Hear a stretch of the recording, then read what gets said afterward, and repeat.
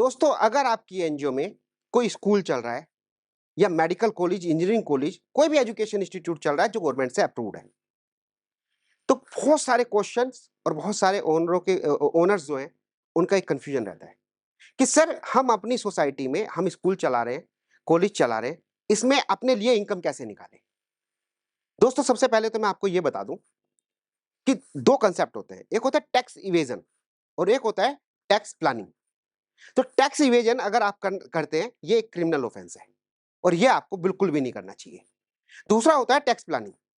Tax planning में आप income tax के प्रोविजन को ध्यान में रखते हुए आप प्लानिंग करते हैं जिससे आपका टैक्स सेव होता है और ये बिल्कुल लीगली अलाउड है। तो ये डिफरेंस होता है tax planning and tax evasion में। मैं इस वीडियो के थ्रू आपको बताने वाला हूं कि जितने भी स्कूल या एजुकेशनल इंस्टीट्यूट चल रहे हैं, वो अपनी टैक्स प्लानिंग कैसे करें। हर स्कूल की एक समस्या है।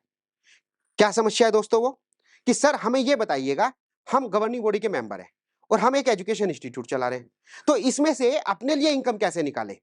हमारे कंसल्टेंट तो बताते हैं या इनकम टैक्स के प्रोविजन तो बताते हैं कि हम अनड्यू बेनिफिट नहीं ले सकते, हम इसमें से कोई सैलरी नहीं ले सकते, हम इसमें से कोई ट्रांजैक्शन नहीं कर सकते। तो हम फिर ये चलाने का फायदा क्या है? कम से कम हमें सैलरी तो मिले। हम क्या तरीका है? लॉ के हिसाब से, टैक्स इवेजन नहीं कह रहा, टैक्स प्लानिंग के हिसाब से स्कूल में से ओनर नंबर 1 की इनकम कैसे निकाले? क्या ये पॉसिबल है? पहले तो ये बताइए। आपके कंसल्टेंट ने कुछ भी बताया, आप सोचो। जो मैं कह रहा हूं उसे पे ध्यान दीजिए। क्या ये पॉसिबल है कि आप अपने स्कूल से जो ओनर्स होते हैं, गवर्निंग बॉडी के मेंबर होते हैं, ट्रस्टी होते हैं, क्या वो अपने नंबर 1 की इनकम निकाल सकते हैं एज पर लॉ? यस, बिल्कुल निकाल सकते हैं दोस्तों। काफ़ी लोगों को ये पता है कि वो नहीं निकाल सकते और फिर वो एक अजीब-गरीब से तरीके निकालते हैं जो टैक्स इवेजन के अंदर आते हैं। और दोस्तों, करंट टाइम में मैं बिल्कुल राय नहीं दूँगा कि आप टैक्स इवेजन करें, क्योंकि ये एक ऑफेंस है। ये कंट्री के अगेंस्ट वर्किंग है। तो मोस्टली स्कूल जो मेरे सामने केस आते हैं, उसमें वो टैक्स इवेजन ही करते हैं। दूसरा है टैक्स प्लानिंग। दोस्तों, आप बिल्कुल निकाल सकते हैं। टैक्स प्लानिंग के थ्रू आप अपने गवर्निंग बॉडी के मेंबर जो हैं, स्कूल में से अपनी अर्निंग को निकाल सकते हैं। दूसरा दोस्तों, स्कूल के केस में सबसे बड़ी प्रॉब्लम आती है कि जब आप फीस को कैश में रिसीव करते हैं, तो आपका कैश इन हैंड बहुत बढ़ जाता है और जब वो खर्चे आप बैंक में जमा करते हैं या खर्चे कितना खर्चा आप कैश में कर सकते हैं, ये दूसरी सबसे बड़ी प्रॉब्लम। तो इस चीज़ का सॉल्यूशन आप टैक्स प्लानिंग के थ्रू करें, टैक्स इवेजन बिल्कुल भी ना करें। ये मेरी दूसरी राय होगी। दोस्तों, ध्यान रखना, मैं आपको एक इंपॉर्टेंट चीज़ शेयर कर रहा हूँ एजुकेशन इंस्टीट्यूट के लिए। बार-बार आपको एक पॉइंट आउट करूँगा, एक सेक्शन है सेक्शन 115 टीडी और उसमें दोस्तों क्या है, पहले तो मैं आपको ये बता दूँ, जितने भी स्कूल्स हैं, उनकी फीस आती है, एक्सपेंडिचर होते हैं, उनकी इनकम पे टैक्स नहीं लगता, सारा एग्ज़ेम्प्ट होता है। पता है क्यों? क्योंकि वो 12A में रजिस्टर्ड होते हैं, इसलिए उन पे एग्ज़ेम्प्ट नहीं होता। अब गवर्नमेंट ने एक सेक्शन इंट्रोड्यूस करा है, सेक्शन 115 टीडी, बहुत बहुत ही टिपिकल सेक्शन है। अगर इसकी रियलिटी में चले जाएँ, तो रियली बता रहा हूँ, आपको बहुत प्रॉब्लम आ सकती है।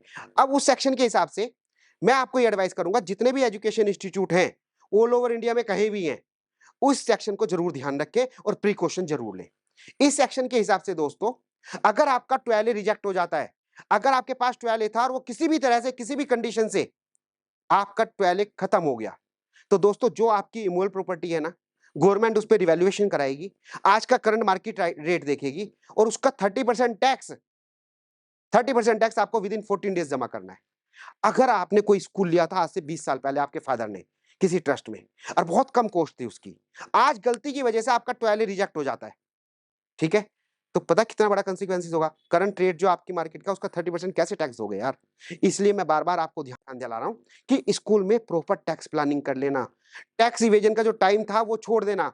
अगर आप, मेरी ये राय रहेगी दोस्तों, स्कूल के लिए, एजुकेशनल इंस्टीट्यूट के लिए प्रॉपर टैक्स प्लानिंग करें, टैक्स इवेजन वाली ट्रांज़ैक्शन बिल्कुल ना करें और सेक्शन 115 टीडी से ज़रूर बचें।